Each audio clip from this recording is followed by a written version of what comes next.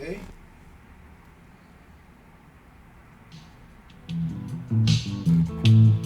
Here we are.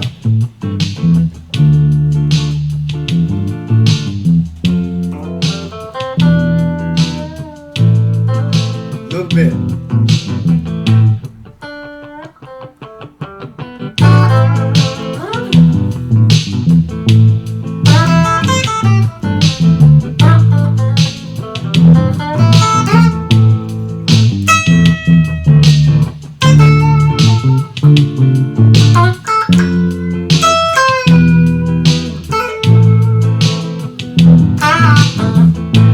Ain't no sunshine when she's home. I wish she would go away. Ain't no sunshine when she's home. Let me tell you, I wish she was already gone, gone away. Wonder why she's not already gone. I wish she would go and stay. Ain't no sunshine when she's home. I wish she was already gone, gone away. Let me tell you, how can I miss you, darling, when you won't leave home? Fade him out.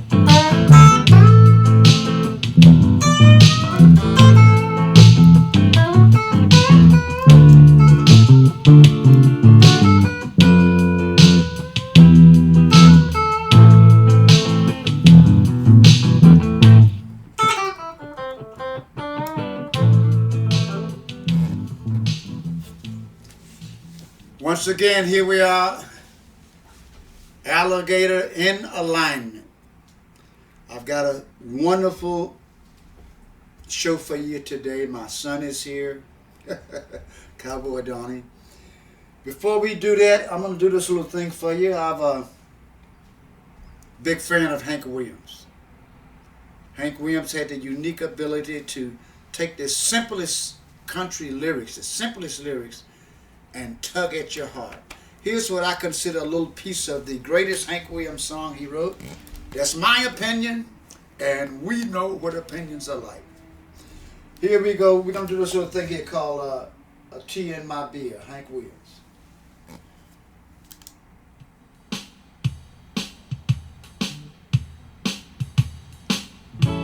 Up.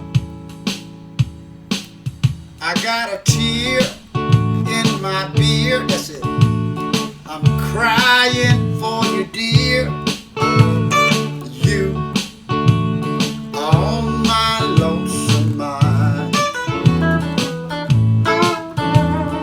Through these last 9 beers, I've shed a million tears.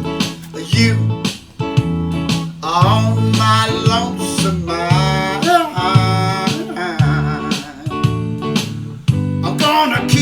Sitting here till I'm so drunk I'm petrified.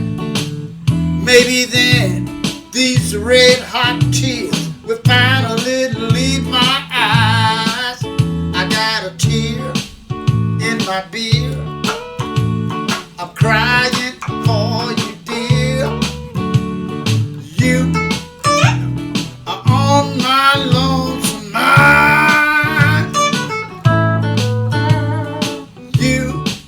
Last night I walked the floor, and the night before, you were on my lonesome mind. I thought my life was through, but I'm so doggone blue. You are on my lonesome mind.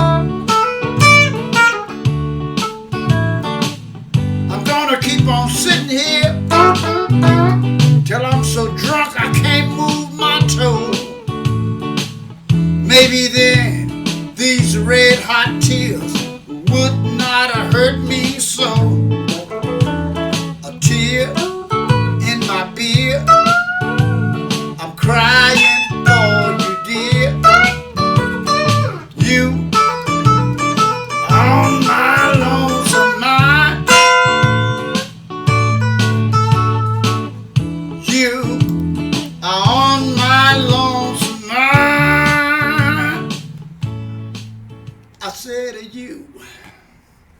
Right now, Hank Williams, Alligator style. Right now, we're going to bring in my son, Cowboy Dhani, as you guys remember him. He was a little boy who used to dress just like his dad, had matching outfits, hat just like mine, boots and everything. We traveled all over the country. His first professional job was me. He was 3 years old at the Portland, Oregon Blues Festival in Portland. We ended up doing the Breckenridge, Colorado, Monterey, and just a ton of blues festivals. On this particular festival, his first job, he banged on his little guitar. He was 3 years old. He sang his butt off on the stage, and when he got through, a dozen people were following us around the fairgrounds going, hey, hey, hey. And I'm going, what's up? They go, we want his autograph. We want Cowboy Dhani's autograph. I said, get out of here. The kid can't write, okay? Wait, give him a turn.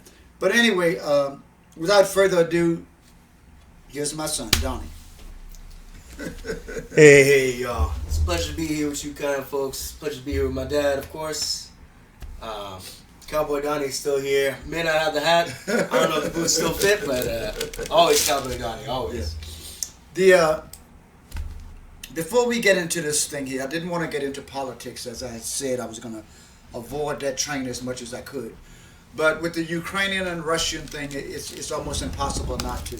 But before we dive into that, since I got Dhani here, I'd like for Dhani to do a song. When he was 5 years old, Dhani came and he said to me, Dad, I'm a little upset. This was the way he talked when he was a kid. He would actually come up to me and say, Dad, I'm a little upset, okay? I said, what? He said, well, I was having a dream last night. He had spent the night over at his mom's house.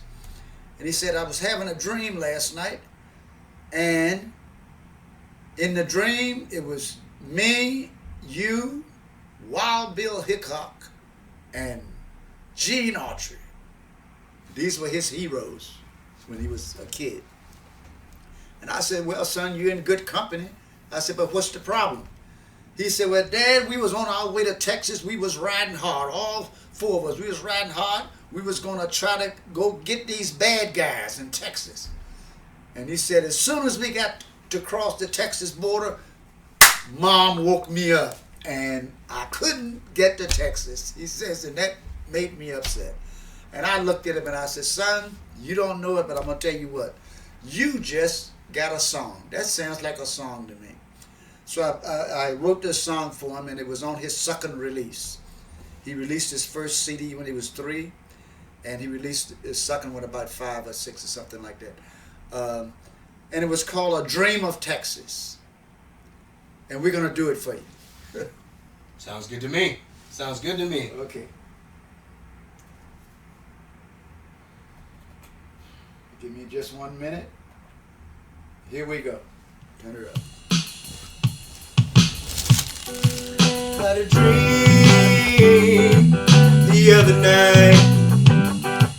The moon and stars were very bright, and my Palomino pony, hey, was moving oh so right. The wind was in my hair, freedom whispered in my ear. I knew that I was heading, yeah. You see the folks in Texas. I said there's cattle to be driven and broncs to be broken, and still need time to chase the outlaw band. Hey, there's fences barely standing and calves ain't branded. So mama, don't you wake me from this dream. Do not shake me. Mama, don't you wake me before I get to Texas. To Texas. On and on. Hey, on and up road through rainstorms and dusty roads. Yeah, my Palomino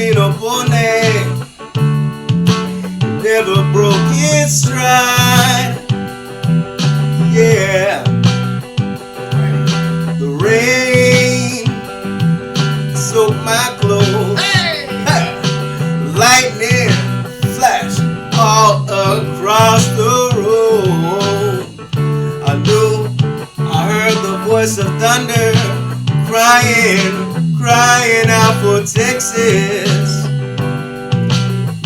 Hey, there's cattle to be driven and bronze to be broken. It still saves time to chase the loving. Yeah, there's fences barely standing and calves that he branded. So mama, don't you wake me from this dream, do not shake me. Mama, don't you wake me, yeah, before I get to Texas. To Texas. Sound person. Say, mama, don't you wake me. Oh, yeah. I said, mama, don't you wake me. Okay. Yeah. Dream of Texas. Dream There of you go. Texas. Donnie, What's going on, we man? we can't avoid the political situation of the Russian and the Ukrainian situation. Now, I'm an old fart, and you're a Young fart? young poop, we say. Okay. How aware of is your generation of how serious this thing actually is here? Well, you know, Dad, I'd say we're very aware. First, I'd like to say, point out the fact we all know this is the first time a war has ever been fought in this nature. This is the first time a war has ever been fought in plain view of everybody from the ground. You know, you go online, you could even talk to people in Ukraine that are going through this on a daily basis and live, and we've never been like that before. You know, you see on the newspapers, you read it on the newspapers, you see it on TV, you hear it on the radio back in the day, but this is the first time that pure, unadulterated images, live, directly from the battlefield, has happened like this in any major conflict that I ever know of, you know? And some of those images are really quite disturbing. But yeah, I would say my generation is definitely aware of what's going on there. Yeah. I say that the war is televised. Yes. The Broadcasted. You know, I've never been a fan of the technology. You know how I come kicking and screaming into the modern world. Yeah. I was like that as a young person. I didn't want to stop plowing my mules in the fields to get a tractor. I thought, the old ways are the best ways. But anyway, technology, what I got to say about it is it's a wonderful thing. That cell phone has changed the trajectory of so much here in America, because the cell phones captures what is actually going on at that minute, and it's very hard to dispute it. It was the main catalyst for some of the injustice movements that have been going on in America. The cell phone is responsible for it. Yeah. No longer do things like this happen in the dark, whether it's foreign or domestic. Yes. There's always going to be somebody with their With a handheld cell phone. Exactly. And you can't argue with the images of a cell phone because they're happening right now. What I would like to say is that after World War I, the whole world, it was almost like the Roaring '20s again. The whole world was celebrating because everybody said there will never be another war like that. And World War II came right on its heels. And we were getting ready to set up a pattern that was back hundreds and thousands of years ago, when people just ran across the earth, I'm going to take over the world, and just ran across the earth and did all this stuff. Yeah. Hitler being one of the last ones of them, okay? But then we formed this thing called the North Atlantic Treaty Organization, I think it's called, NATO. And NATO was set up to keep some little despot or some little tyrant from jumping up one day and go, I'm taking over the world. Woo, let's go. Yeah. NATO says, hey, no, can't do that anymore. Okay? And NATO has basically, although we have had wars, there have been skirmishes around the world, but NATO has basically kept us from having a world war for at least 80 years now or something. Mm-hmm. So that was the reason it was very disturbing for me when we had American politicians here in America saying that NATO was outdated and was even considering pulling out of NATO and doing all that crazy stuff. And I'm saying to myself, who would that benefit? It doesn't benefit democracy. It benefits the autocratic governments. Yeah. But unfortunately, there's a section of our government that is enamored with authoritarian governments anyway. But anyway, we won't get into that. The thing now is that the whole world is united. Yeah. United with Ukraine. Yeah, there's a vote in the UN to condemn Ukraine. It was 131 votes to 4 who abstained. That is unprecedented amount of unanimous support for something like this happening. Unprecedented. I just really think it goes to show that despite us not having U.S. boots, NATO boots on the ground, which could lead to things that are really... It could lead to a chain of events that we, as humanity, could not come back from, potentially. I just think it shows how united the world is and trying their best to make sure that democracy holds true, that sovereign countries, no matter how big or how small, or used to be part of what union or is in proximity to what other large authoritarian government is allowed to stay true. And I hope it gives confidence to nations like Taiwan, nations like a lot of our other Eastern European nations that are really scared right now that, we do stand by the best that we can, and we're not just centered on the U.S. here. Yes. We're not just centered in the West. We want to make sure everybody has a chance to experience democracy that we're so lucky to have here in this country.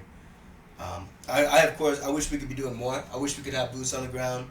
I wish that it wasn't the case that, the reality of it, there's weapons in this world that can end the world, and we have to tread a little lightly, especially with a government that has a history of using really brutal tactics and isn't necessarily against the idea of using a small localized version of those, weapons of mass destruction. And so that's something we have to keep into account.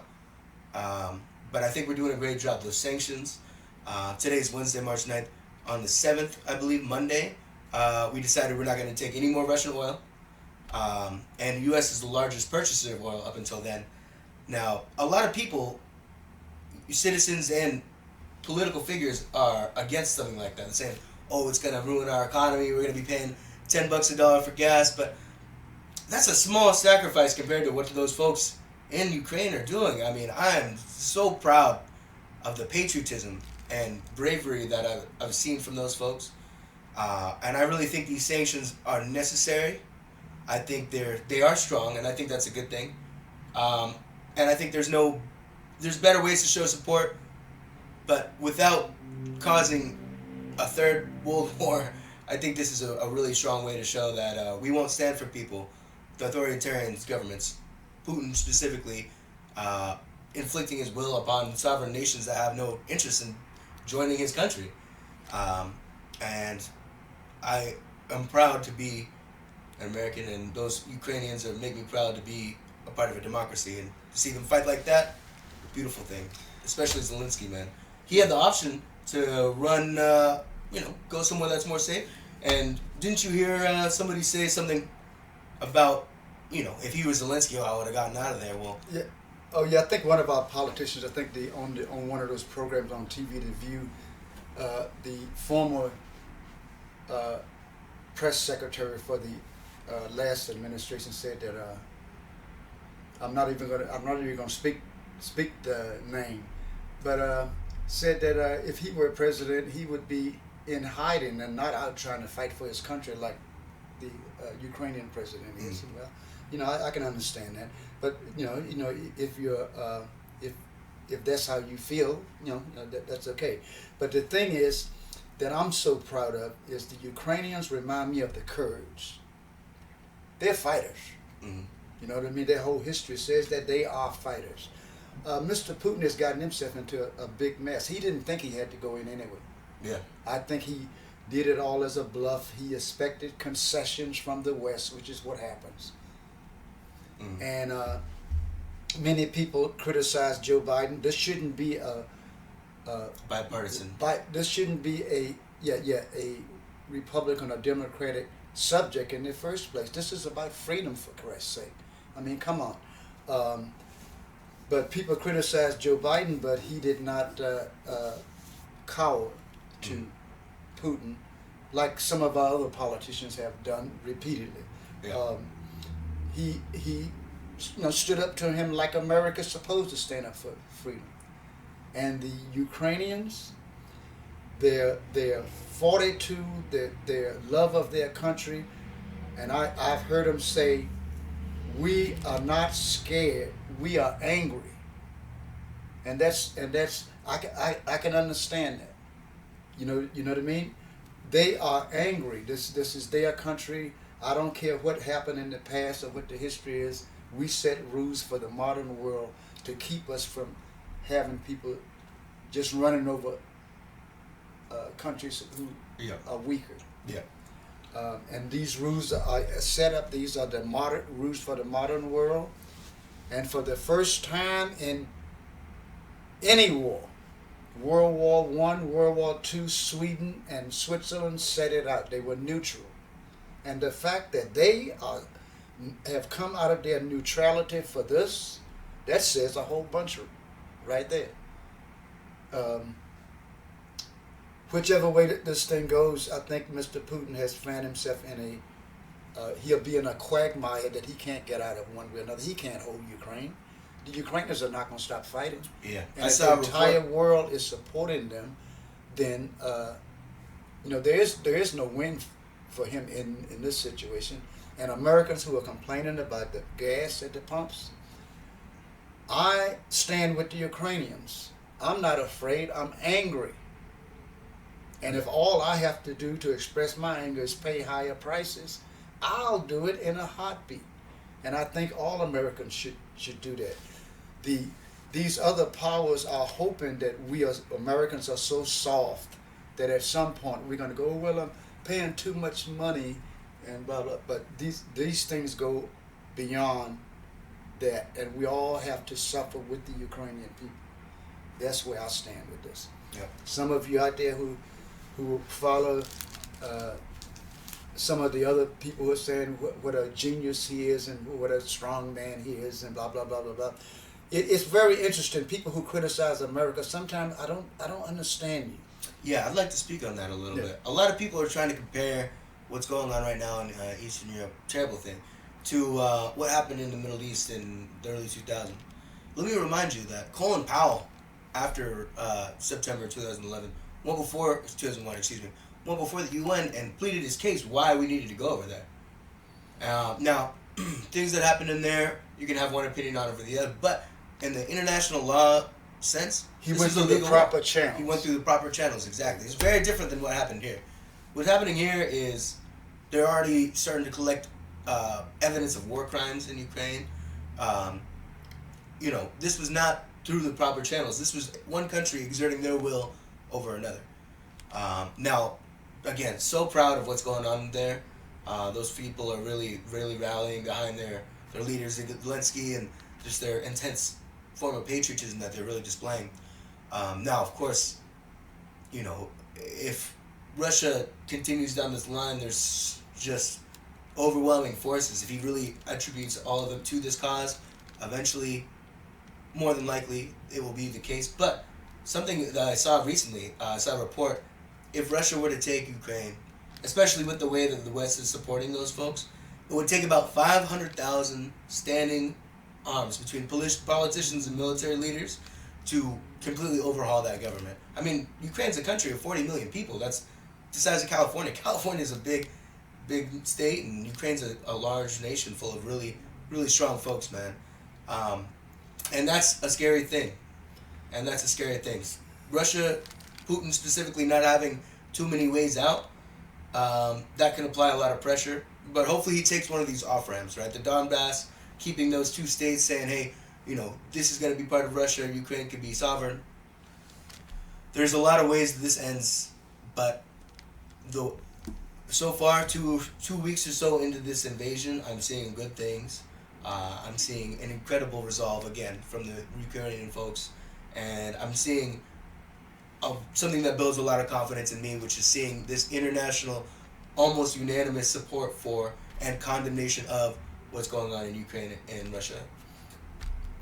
No, it's an interesting thing. People criticize the United States, and hey, to be fair, in my opinion, there are some things that need to be criticized. But that's what patriotism is. Oh, yes, but remember what we said. I heard you said the last time we did this, you mentioned it. I used to tell you that when you were little.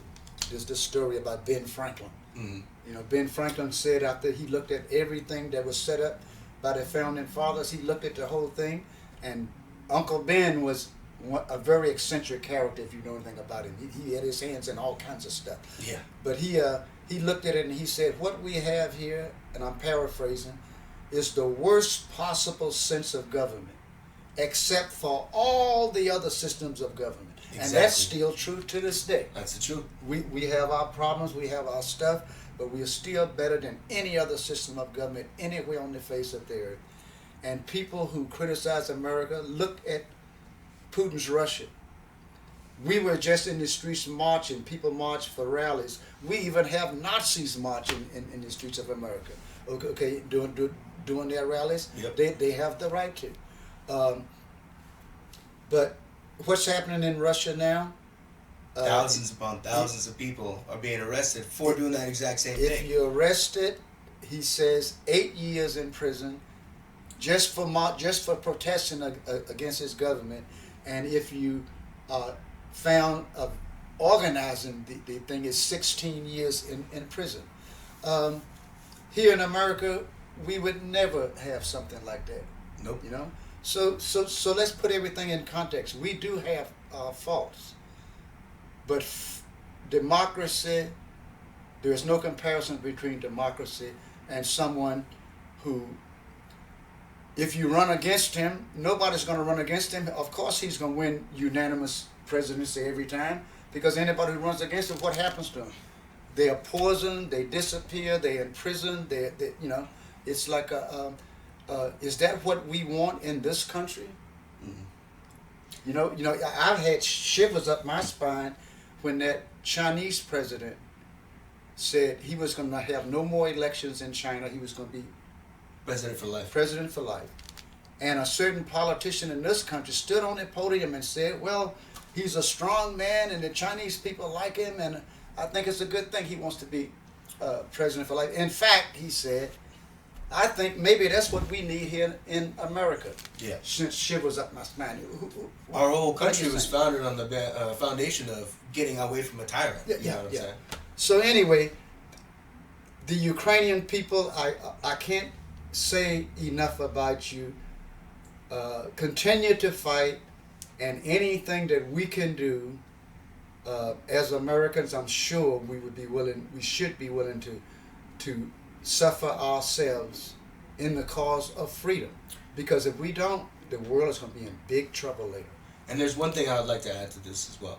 There are a lot of people, politicians as well as outspoken folks in our country, that are saying that what's happening in Ukraine is the West's fault.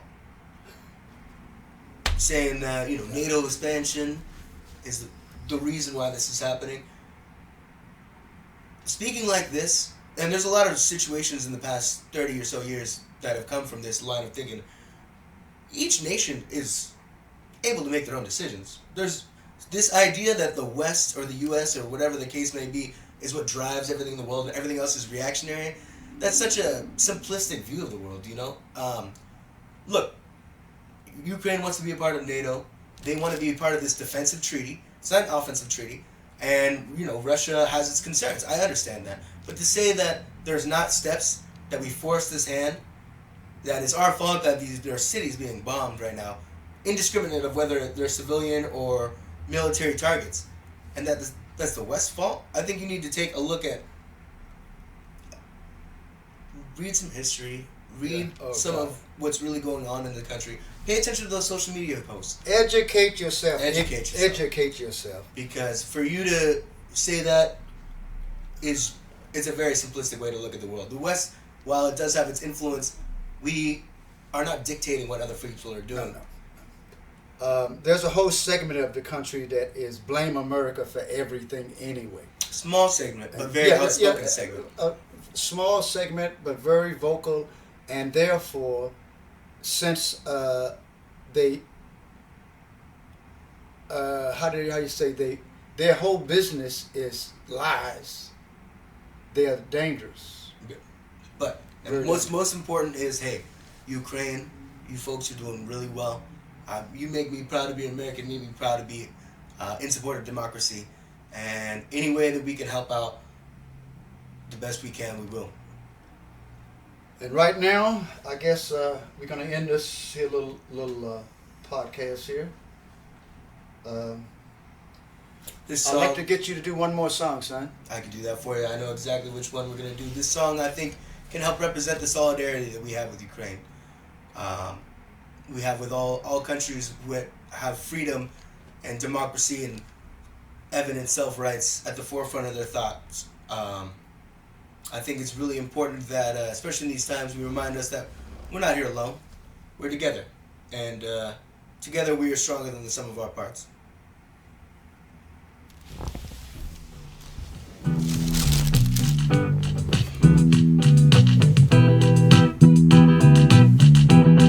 Oh, yeah. There are some things that we got to stand together with. And freedom should always be at the top of the list. We're going to do this little thing here. You've always heard this song for many, many years. It's one of the most popular songs going. This is Alligator style. Actually, this is Cowboy Dhani style. I tell you. Okay. Yeah, that's it. There you go. Hey. Hey. When the night is gone and the lantern's dark and the moon is the only light you see.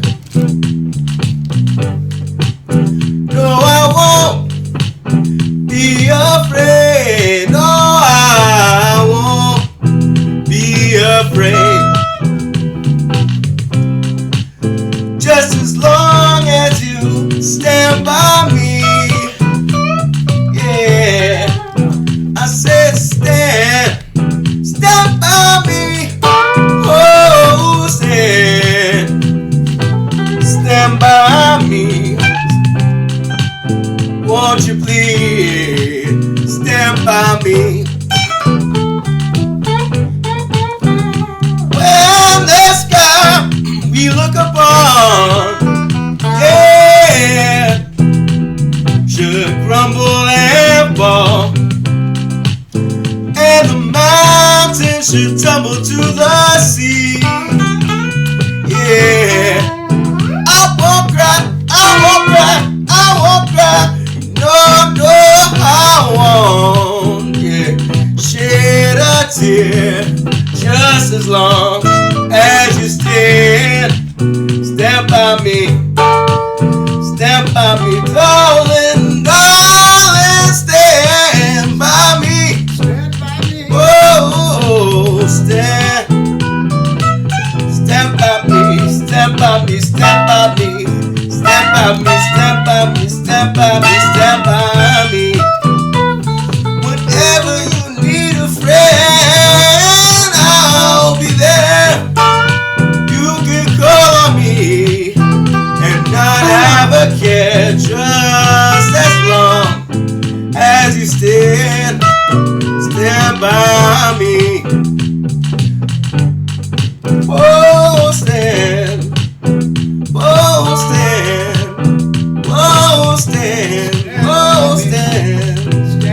me. Stand by me. Stand by me. Stand by me. Stand by me.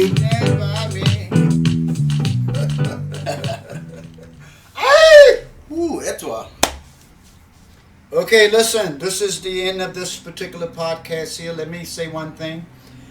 If you want to catch alligator, maybe you don't.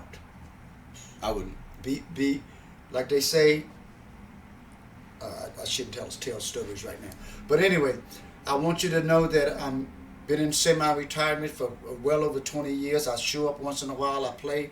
I do these 28 state tours around the country. I do all this stuff. But if you want to catch me in California, there's only a couple of places that I'm at on any kind of a regular basis. And one of them I'm going to tell you about right now.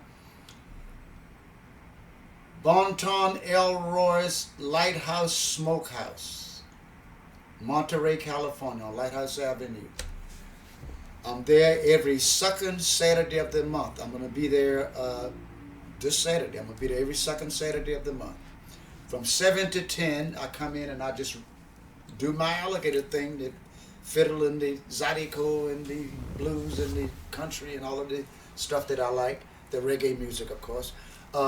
And also, you can catch me from time to time at the Tall Man Hotel in Upper Lake, California. That's another one of my pet projects that I really like, and I jump at every opportunity to go up there and do a performance. That's the Tall Man Hotel in Upper Lake, California. Look there, sign up and check out the Blue Ring Saloon. I did a Mardi Gras party there the 28th of February. That was fun. So anyway, I guess that's just about it right now. We're going to put out another one of these in a couple of weeks. You will be hearing more from Cowboy Dhani. And let's just say that once again, the Ukrainian situation, we got this to say.